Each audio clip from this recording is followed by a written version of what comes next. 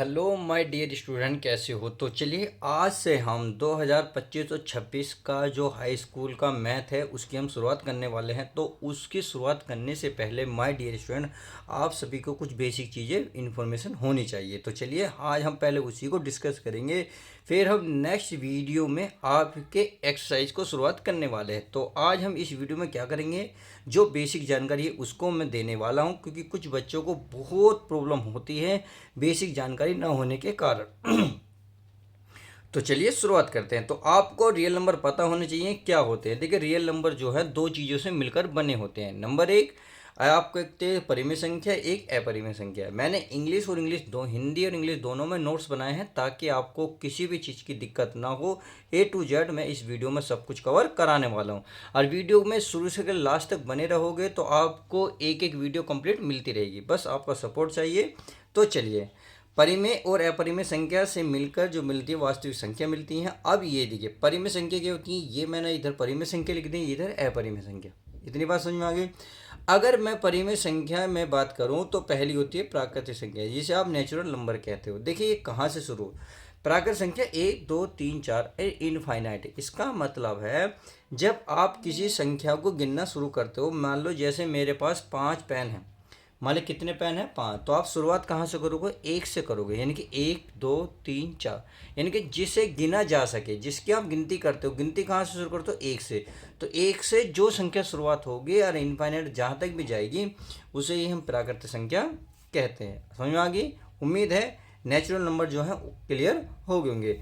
आगे बात करता हूँ, अगर मैं बात करूँ होल नंबर के यानी कि पूर्ण संख्या की, तो पूर्ण संख्या में यदि आप प्राकृत संख्या में जीरो लगा दो, यानी कि जहां से आप शुरुआत करो उससे पहले एक जीरो लगा दो, तो वे पूर्ण संख्या कहलाती हैं। अर्थात 0 1 2 3 4 और इनफाइनाइट तक होंगी। क्लियर। देखिए ये सारी पॉजिटिव होती हैं, नेगेटिव नहीं होती, इस बात का भी आपको ध्यान रखना होगा। इतनी बात समझ में आ गई। अब चलिए आगे देख लेते हैं। आगे हमारे पूर्णांक नंबर। अगर पूर्णांक नंबर किसे कहते हैं, देखिए इंटीजर नंबर किसे कहते हैं, जो पॉजिटिव भी हो, नेगेटिव भी हो और बीच में प्लस भी, सॉरी जीरो भी हो। तो इसका मतलब नेगेटिव और पॉजिटिव से मिलकर इसमें जीरो भी शामिल होनी चाहिए, उसी को हम पूर्णांक नंबर कहते हैं। आई होप इतनी बात समझ गए होंगे। देखिए आपको याद रखना, इस बात का ध्यान रखना, जब मैं आपको क्या एक्सरसाइज कराऊंगा तो आप मुझसे वहाँ ये क्वेश्चन ना करें इंटीग्रल नंबर क्या होते हैं, होल नंबर क्या होते हैं, नेचुरल नंबर क्या होते हैं। तो प्राकृतिक संख्या बता दी जो 1 से शुरुआत होती है, पूर्ण संख्या जो 0 से शुरुआत होती है, इनफाइनाइट तक जाती है। चाहो तो आप इनफाइनाइट लिख सकते हो यहाँ पे, चाहिए ये मैंने लिख दिया। कितना लिखने के बाद अब आगे चलते हैं। समझ में आ रही है नहीं, तो चलिए अगर समझ में आ रही है तो वीडियो को फटाफट लाइक ज़रूर करें, और चैनल पे नए हो तो चैनल को प्लीज़ सब्सक्राइब करें, क्योंकि आप सभी को मैं 2025-26 का पूरा हाई स्कूल का मैथ कवर कराने वाला हूँ A to Z।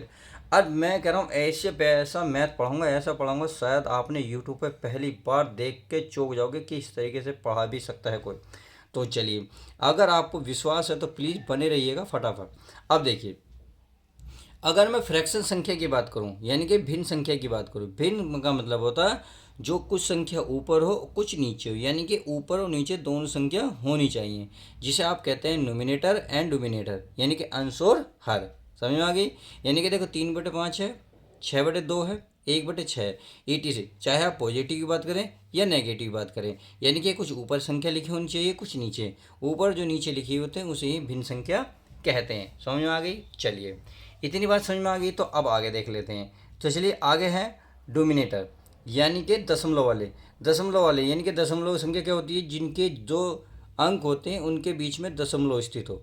अब ज़रूरी नहीं है वो 2 ही अंक हो, वो 3 भी हो सकते हैं, 4 भी हो सकते हैं। जैसे अगर मैं कहूँ आपसे, अगर मैं इसमें लिख दूँ 4 यानी कि 4.2 या 654 ऐसे भी लिख दूँ, तो भी ये आपके डेसिमल फ्रैक्शन कहलाएगा। यानी कि ये मैटर नहीं रखता इधर संख्या कितनी है या इधर कितनी है, बस ध्यान रखना आपके इन अंकों के बीच में पॉइंट होना ही चाहिए।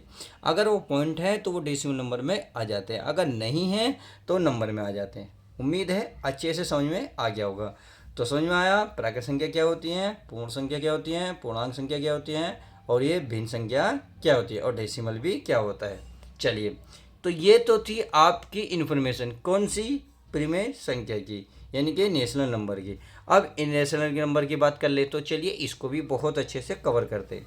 यानी कि वो संख्या है जो देखिए दशमलव के बाद इनफाइनाइट चलते जा रहे हैं, यानी कि जीरो दशमलव जिसका मान ना निकाला जा सके। जैसे इसका इसका रूट का निकालेंगे रूट 2 का, तो ये होगा 1.1.472, ऐसे चलता रहेगा बहुत सारा। तो इस तरीके की जो संख्याएं हमें अपूर्ण रूप में दिखाई दे, परिमेय ना हो के अपरिमेय हो, यानी कि जिसकी वह देखिए अगर यहाँ 4 होता, अगर यहाँ 4 होता, 4 का वर्गमूल होता, तो आप 4 को क्या लिखते, 4 का वर्गमूल होता 2, यानी कि 2, 4 का स्क्वायर जो होता, 4 का जो अंडर वर्गमूल होता है अंडर रूट उस 2 होता है। तो ये जो है इससे बाहर निकल गया, तो ये हमारी पूर्ण संख्या में आ जाती है और ये वाली चीज़ हमारी हल नहीं होती, अर्थात इसकी वैल्यू जो है पॉइंटों में आती है, चलती रहती है। तो ध्यान रखना इस प्रकार की संख्या को हम अपरिमेय संख्या कहते हैं। क्लियर। तो चलिए अब इसके हमारे जो वास्तविक नंबर है, रियल नंबर है, उसके कुछ गुण हैं, यानी कि कुछ रूल हैं। तो चलिए उसको भी ध्यान से एक बार देख लेते हैं ताकि आपको सब कुछ अच्छे से कवर हो जाए।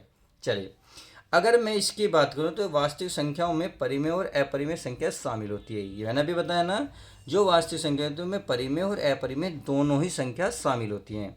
अब परिमेय भी मैंने आपको बता दी कितने प्रकार की, सारी डिटेल समझा दी, अपरिमेय भी समझा दी। समझ में आ गई। चलिए ये पॉइंट तो हो गया, उम्मीद है क्लियर हो गया होगा। अगर मैं सेकंड पॉइंट की बात करूं तो वास्तविक संख्याओं को संख्या रेखा पर दर्शाया जा सकता है। कहने का मतलब है अगर मैं कोई एक संख्या लूं, चलिए एक सेकंड में पेज ले लेता हूं। अब मैंने एक पेज ले लिया है, देखिए अगर पेज ये कह रहा वास्तविक संख्याओं को संख्याओं रेखाओं पर दर्शाया जाए, इनके को मान लो कोई एक रेखा है, ये लाइन है। अब लाइन पे मान ले कोई अंक है, मान लो बीच में क्या है आपकी 0 है। इधर साइड में जब आप राइट हैंड साइड में चलते हैं तो आपको पता है इधर पॉजिटिव अंक आते हैं, 1 2 3 4 इस तरीके से, सही है, ये आ गए और ये इंचे चलते रहते हैं। अगर मैं इधर की बात करूँ तो ये माइनस में होते हैं, क्या माइनस में होते हैं इस तरीके से। अब आपने देखा ये तो आपके पॉजिटिव हैं, ये आपके नेगेटिव हैं, ये 0, और इन सभी को एक रेखा पर प्रदर्शित किया गया है, इसी रेखा पर दर्शाया गया।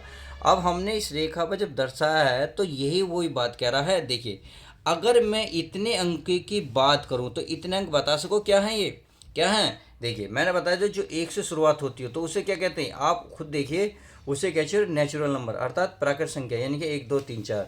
तो आप खुद बता सकते हैं ये क्या था, ये हो गया आपकी प्राकृतिक संख्या यानी कि नेचुरल नंबर। बात समझ में आ गई। अगर मैं इसके साथ 0 भी शामिल कर दूं, इसके साथ भी 0 शामिल कर दूं तो बताइए किस में आ जाते हैं, यानी कि 0 से 1 2 3 4, तो ये किस में चलेंगे, ये चलेंगे कि पूर्ण संख्या में। और जब पूर्ण संख्या ये चलेंगे पूर्ण संख्या में, तो देखिए इसी से रिलेट करते चले जाओ, ये सब रेखा संख्या पे तो प्रदर्शित है। अगर मैं इसको साथ साथ अगर ये माइनस वाले भी इसमें शामिल कर लूँ तो आप देखेंगे माइनस वाले भी देखो इस तरीके, तो ये सारे कहलाएंगे, ये जो सारा है ये कहलाएगा आपका पूर्णांक। क्या कहलाएगा, पूर्णांक, यानी कि इंटीजर नंबर। समझ में आ गई। तो चलिए उम्मीद है समझ में आ गया होगा, सब ये एक रेखा पर प्रदर्शित होते हैं। यही मैंने यहाँ बताया है कि देखिए कि वास्तविक संख्याओं को संख्या रेखा पर प्रदर्शाया जा सकता है। क्लियर। अगला पॉइंट, अगला है वास्तविक संख्या ऋणात्मक और धनात्मक हो सकती हैं। जैसे कि आप सभी इस लाइन पर रेखा, जो ये रेखा पे हैं तो कि पॉजिटिव है, ये इतने क्या है पॉजिटिव, यानी कि 1 पॉजिटिव 2 पॉजिटिव 3 4 इस तरीके से इनफाइनाइट तक होंगे तो सारे पॉजिटिव। अगर 0 के आप लेफ्ट में चलोगे तो लेफ्ट आपको माइनस का नज़ारा, -1 -2 -3, तो आपने देखा ये सारे क्या हैं, नेगेटिव हैं। तो इसको पॉजिटिव नेगेटिव दोनों से दर्शाते हैं। उम्मीद है अच्छे से समझ में आ गया होगा। तो चलिए ये बात तो अच्छे से समझ में आ गई। अब इसके कुछ हमारे थ्योरम है उसको भी हम देख लेते हैं। चलिए आपके सामने थ्योरम आ चुके हैं। देखिए फंडामेंटल थ्योरम ऑफ अर्थमेटिकल, यानी कि अंगणित की आधारभूत प्रमेय। तो ये क्या होती हैं पहले इसको समझ लो। देखिए ये 2 नियम पर आधारित होती हैं। अगर पहले नियम की बात करें तो पहले नियम आपके सामने ये रहा कि प्रत्येक भाज्य संख्याओं को अभाज्य संख्याओं के गुणनफल के रूप में व्यक्त किया जा सकता है। यानी कि जो हमारी जो संख्या होती हैं जो डिवाइड नहीं हो सकती, वो भाज्य संख्या को अभाज्य रूप में के गुणनखंड के रूप में, यानी कि फैक्टर के रूप में आप इन्हें लिख सकते हैं। ये मैंने इंग्लिश यहाँ लिख दिया, आप आसानी से पढ़ सकते हो। क्लियर। अब जैसे कि मैंने आपके सामने एग्जाम्पल लिख रखा है, इसके चलिए माध्यम से हम अच्छे से समझने की कोशिश करते हैं। चलिए इसको समझते हैं।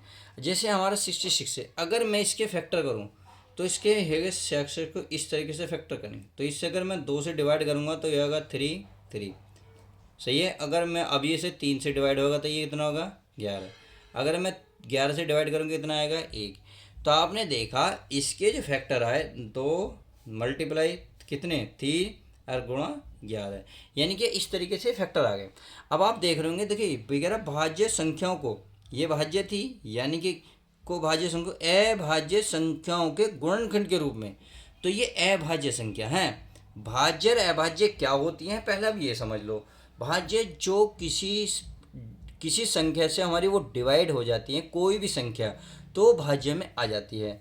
अगर अभाज्य की मैं प्यारे बच्चों बात करूं तो वो जो हमारे जो नंबर होते हैं नॉन कॉम्पोसेबल, यानी कि ये क्या नॉन कॉम्पोसेबल नंबर जो होते हैं वो जो किसी से भी डिवाइड ना हो। बात समझ में आ गई अच्छे से? चलिए ये समझ में आ गई। तो ये तो डिवाइड हो रहा था, देखिए किस किस से, 2 से, 3 से और 11 से। अब ये ऐसी संख्या है जो किसी से भी आपकी डिवाइड नहीं होने की, ये या तो 1 से होंगी या फिर अपने आप से होंगी, और बाकी कोई ऐसी संख्या नहीं है, कोई भी नंबर ऐसा नहीं है जो इसे डिवाइड कर दे, इसे भाग कर दे। समझ में आ गई? चलिए इतनी बात समझ आ गई। तो ये यही कह रहा है कि प्रत्येक भाज्य संख्याओं को अभाज्य संख्याओं के गुणनफल यानी कि फैक्ट, ये मल्टीप्लाई में, देखो ये मल्टीप्लाई में है, के रूप में व्यक्त किया जा सकता है। उम्मीद है अच्छे से समझ में आ गया होगा। अगर मैं अब इसकी बात करूं 420 की, तो चलिए 420 को भी अच्छे से करके चेक कर लेते हैं। क्या कहते हो? कहते हैं टाइगर जिंदा है, अभी सवाल जिंदा है, तो ध्यान रखें। अगर मैं 2 से डिवाइड करूंगा तो एक 2 दूनी 4, 2 एकम 2, 210 आएगा। अगर मैं 2 से डिवाइड करूंगा तो ये आएगा 105। आप चाहे अच्छा आसानी से डिवाइड कर सकते हैं क्योंकि मैं 2 से डिवाइड कर रहा हूँ। अगर बच्चों समझ में नहीं आ रहा तो चलिए एक बार मैं डिवाइड आपको करके दिखा देता हूँ। जैसे अगर मैं 420 को करूँ तो देखिए 2 दूनी 4, क्या बचेगा 2, 2 एकम 2, बची 0, 0 हम ऊपर लिख दें, कितना 210। इसी प्रकार से हम 210 को डिवाइड करेंगे, चलिए किससे 2 से, तो 2 एकम 2, बचा कितना 1। अब एक छोटा है तो 1 0 लगाने के बाद अगला अंक उतरेगा, 2 पंजे 10, कितना 105, तो वही मैंने लिखा है। अब प्यारे बच्चों ये किससे डिवाइड हो रहा है? ये आप सभी को पता है, ये डिवाइड आप 2 से नहीं होने का, अब ये 3 से होगा। अगर मैं 3 से बात करूँ तो 3 3 9, 3 पंजे 15, फिर 3 से हुआ। अगर मैं आप करूँगा तो देखिए 5 से होएगा, अगर 5 से करूँगा तो 7 बार। अगर मैं प्यारे बच्चों 7 से करूँ तो ये एक बार डिवाइड हो जाएगा। तो आपने देखा जो 420 भाज्य संख्या थी वो डिवाइड हो चुकी है अभाज्य संख्या में, यानी कि किस किस से, लिख लो 2 गुणा 2 गुणा 3 गुणा 5 और गुणा 7। सही है? तो आपने देखा ये कितने क्या है, ये आपकी अभाज्य संख्या है नहीं है? बिल्कुल है। तो आपको उम्मीद है अब अच्छे से समझ में आ गई होगी अंकगणित के आधार पर में क्या है कि प्रत्येक भाज्य संख्या को अभाज्य संख्या के गुणनफल के रूप में व्यक्त किया जा सकता है। इनको हम लिख सकते हैं, और कैसे लिख सकते हैं ये आपको मैंने दिखा दिया है। अब चलिए एक और आता है इसका रूल। तो एचसीएफ एलसीएम का अभाज्य गुणनखंड विधि से, यानी कि आप ऐसे भी निकाल सकते हो दूसरे तरीके से भी। अगर आपका देखिए पहला पॉइंट तो समझ में आ गया ए। अब इसका बी पॉइंट, यानी कि आपको अगर एचसीएफ एलसीएम निकालना हो तो कैसे निकालेंगे, और वो भी आपके ये रहा HCF and LCM by the Prem factorisation method. सही है? अब इसको निकालना, अब इसको निकालने का तरीका क्या है, देखिए अभी आपने निकाला 66 का और 420 का निकाला। जब आपने इन दोनों का निकाला तो आपने क्या निकाला, इनके फैक्टर निकाले। अब देखिए एचसीएफ होता क्या, एचसीएफ होता है जो दोनों संख्या में दिया हुआ हो, जो दोनों में उपस्थित हो, उन अंकों का जो अगर मल्टीप्लाई करेंगे जो हमें प्राप्त होगा वही आपका एचसीएफ होगा। जैसे आप 66 में देख रहे होंगे 2 3 2 3 11 है, और इसमें 420 में देखेंगे 2 2 3 5 11 7 है। सही है? अब देखिए अगर मैं इसमें एचसीएफ निकालूँ तो इसमें 2 यहाँ हैं तो 2 यहाँ भी तो है, 2 ऊपर है 2 नीचे है। जब एक जैसे हैं तो उसको पहले यहाँ लिख लो, लिख लिया मल्टीप्लाई। अब आप इसमें एक और अंक देखो, कोई ऐसा है कि 3, देखो 3 इसमें है, इसमें भी है, इसमें भी, यानी कि ऊपर और नीचे है। जो ऊपर नीचे है तो इसको भी लिख लो, कितना है 3, तो मैंने 3 लिख लिया मल्टीप्लाई। अब क्या कोई अंक ऐसा है जो नीचे है और ऊपर भी है? तो आपने देखा 2 और 3 ही एक ऐसा था, 2 और 3 जो दोनों में था, और बाकी 11 ऊपर है तो यहाँ नहीं है, 5 और 7 नीचे है तो ऊपर नहीं है। तो आपने देखा तो इसमें ना तो ऊपर में ना नीचे में, समझ रहे हो? बे मुस्कुराते रहो, सही है। तो अब आप कुछ भी नहीं देख सकते, तो बस आप इनकी मल्टीप्लाई कर दें, 2 3 6 कितने हो जाएंगे 6, यानी कि 2 3 जा 6। तो इसमें एच सी एफ कितना आ गया 6।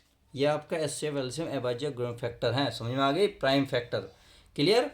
अगर मैं एलसीएम की बात करूं, कितने एलसीएम की बात करूं तो एलसीएम कितना आएगा, देखिए जो हमने संख्या लिख दी उसे तो लिख ही लो, कितनी 2 और 3। अब जो बच गई उसे भी लिखो, तो एक तो हमारा ये वाला 2 बच गया, इसे लिख लो, सही है। एक हमारा 5 बचा, उसे लिखो। एक हमारा 7 बचा, एक हमारा 11 बचा। यानी कि जो संख्या होती हैं उसको तो लिखो लिखो, जो शेष बच गई उसको भी लिख लो। अब उसी का क्या करो, आप मल्टीप्लाई कर दो। आप जब मल्टीप्लाई करोगे तो आपका एलसीएम निकल के आपका आ जाएगा। तो एलसीएम के लिए क्या करेंगे, अब हम इनकी गुणा करते हैं। देखिए बहुत सिंपल सा है। अगर मैं 5 की 2 में गुणा करूँ, 5 दूनी 10, 10 तिया 30, 30 दूनी 60, 60 किसी में 420, ये हो गया 420। अब गुणा कितना है 7। तो चलिए 0 की 0, 7 दूनी 14, 1, 28 है 1, 7 28 29, क्या यही आ रहा है? 5 दूनी 10, 10 तिया 30, 30 दूनी 60, 60 की 6 सत्ते 42, 420। और गुणा, अरे 11 करना था, गुणा 11 करना था, 420 में 11। तो चलिए 0, 11 दूनी 22, 2, 4 2 46, तो कितना आया 4620। तो ये इसके आपके एलसीएम आ गया, ये आ गया फाइनल आंसर। तो ये आपका आंसर, ये आपका आंसर। तो समझ में आ गया। आप अभाज्य संख्याओं के गुणनखंड रूप में व्यक्त कर सकते हैं। आप एलसीएम एलसीएम एचसीएफ एलसीएम से मेथड से इसे हल कर सकते हैं। अब देखिए एक फॉर्मूला बनता है हमारा अच्छे से। इस फॉर्मूला को आपको कंटेस्ट याद रखना है, क्योंकि यह पोस्ट इंपॉर्टेंट है। आपके शुरू के चैप्टर में सबसे ज़्यादा इंपॉर्टेंट यही फॉर्मूला है, समझ में आ गई। तो एलसीएम एंड एलसीएम के बीच में रिलेशन क्या होता है ये आपको पता होना चाहिए। तो इसका एक फॉर्मूला है, एलसीएम एचसीएफ इक्वल होता है फर्स्ट संख्या दूसरी संख्या, यानी कि एलसीएम एचसीएफ जो बराबर होगा पहली संख्या और गुणा दूसरी संख्या के बराबर होगा, समझ में आ गई। या आप ऐसे कह सकते हैं, पहली संख्या गुणा दूसरी संख्या बराबर होगा एलसीएम गुणा एचसीएफ। इतना आपको याद रखना। अब इसी के बेस में मैंने एक एग्जाम्पल लिया है, ताकि आपको ये भी कंफर्म हो जाए, अच्छे से समझ में आ जाए कि किस तरीके से फॉर्मूला अप्लाई होना है। अगर मैं अप्लाई की बात करूँ, देखिए पहली संख्या कितनी है 66। मैंने यही संख्या ले ली है, ये वाली जो मैंने लेता आ रहा हूँ, ताकि आपको एक ही संख्या रिलेट हो जाए। अगर मैं अगले की बात करूँ दूसरी संख्या, तो दूसरी संख्या क्या है 420। अब हमारा एस सी एफ ने दिया है 6। एलसीएम पूछ रहा, तो बहुत प्यारी चीज़ है। क्या करना है, कुछ भी नहीं करना माय डियर स्टूडेंट। एलसीएम कितना दिया है नहीं पता, तो यहाँ एलसीएम लिख लो, फिर क्या है मल्टीप्लाई एस सी एफ कितना दिया है 6, तो चलिए 6 भी लिख लेते हैं। अगर मैं पहली संख्या की बात करूं, तो इसमें पहली संख्या कितनी है 66, यानी कि 66 मल्टीप्लाई। अब दूसरा नंबर कितना दिया है, यानी कि सेकंड नंबर कितना है, देखिए दूसरा जो नंबर की अगर बात करूं कितना है 420। मल्टीप्लाई के बाद है तो मल्टीप्लाई के विधि लिखेंगे, लिख दिया। अब हमें एलसीएम चाहिए, तो ये मल्टीप्लाई की चीज़ इधर बराबर के बाद कहाँ जाएगी डिवाइड में, अर्थात यहाँ लिखेंगे एलसीएम इक्वल होगा 66 अपॉन 420 अपॉन में होगा 6। समझ में आ गई। तो बहुत प्यारी चीज़ है, बहुत आसान है। अगर मैं 6 से इसे डिवाइड करूँ, तो 6 से काटूंगा, ये एक बचेगा 11 बार, कि 6 कम 6 6 कम 6, तो हो गया 11 गुणा 420। और अभी हमने 420 और गुणा 11 की मल्टीप्लाई अभी यहाँ पे करी थी नहीं करी थी, देखें जैसे मैंने यहाँ से पढ़ा था भाई, 2 तिया 6, 6 पंजे 30, 30 दूनी 60, 60 की साथ में 420, 420 की 11 की मल्टीप्लाई करी तो 46, कितना आया था 4620। तो यही आपका आंसर आ जाएगा 4620, और यही आपका फाइनल आंसर हो जाएगा। तो इस तरीके से आपको इस चैप्टर में जो जो मोस्ट इम्पोर्टेंट थ्योरम थी वो मैंने डिटेल अच्छे से बारीकी से एक एग्जाम्पल के माध्यम से तीनों चारों तरीके से समझा दिया है।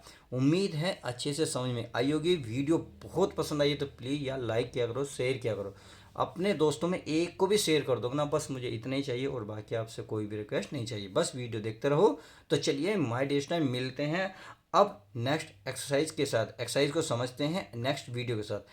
जब तक के लिए दोस्तों प्यारे बच्चों ध्यान रखें, फोकस रखें अपना।